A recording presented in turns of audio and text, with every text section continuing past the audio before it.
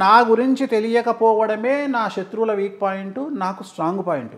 నన్ను చాలామంది విమర్శ చేస్తారు, నా గురించి తెలియక విమర్శ చేస్తారు. కొన్ని లక్షల్లో ఉంటారు నా ఫాలోవర్స్. ఎందుకంటే నేను చేసే సహాయం కానీ, నేను నా భార్య కలిసి 14 మంది రేప్ విక్టిమ్స్, అంటే రేపు కాబడ్డ అమ్మాయిలను దత్తత తీసుకొని 10 ఇయర్స్ అవుతుంది.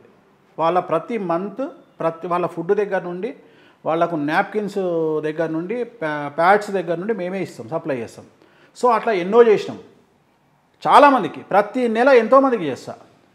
కరోనా టైంలో దగ్గర ఒక 40-50 మంది సెక్స్ వర్కర్లకు నేను డబ్బులు ఇచ్చిన. ఎందుకంటే ఆ టైంలో బాగా లాస్ అయింది వాళ్ళే.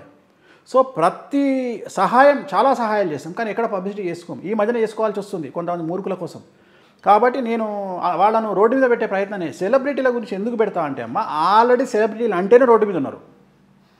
సెలబ్రిటీలు అంటేనే రోడ్డు మీద ఉన్నారు. నేను కొత్తగా వాళ్ళని రోడ్డు మీద తేవట్లేదు. వాళ్ళు ఆల్రెడీ రోడ్డు మీద ఉన్న గురించే మాట్లాడుతున్నా. ఎట్ ది సేమ్ టైం వాళ్ళ గురించే కాదు, నా గురించి కూడా రోడ్డు మీద పెడుతున్నారు. ఇవాళ నా గురించి సోషల్ మీడియాలో దగ్గర ఒక 7-8 యూట్యూబ్ ఛానళ్ళ వాళ్ళు కంటిన్యూగా పెడతానే ఉన్నారు. ఇప్పుడు నిన్న ఎవరో ఒక అమ్మాయి, ఒక జర్నలిస్ట్ అని చెప్పే అమ్మాయి నా గురించి 10 నిమిషాలు వీడియో పెడితే 1 డేలో 7 లక్షలు పోయింది.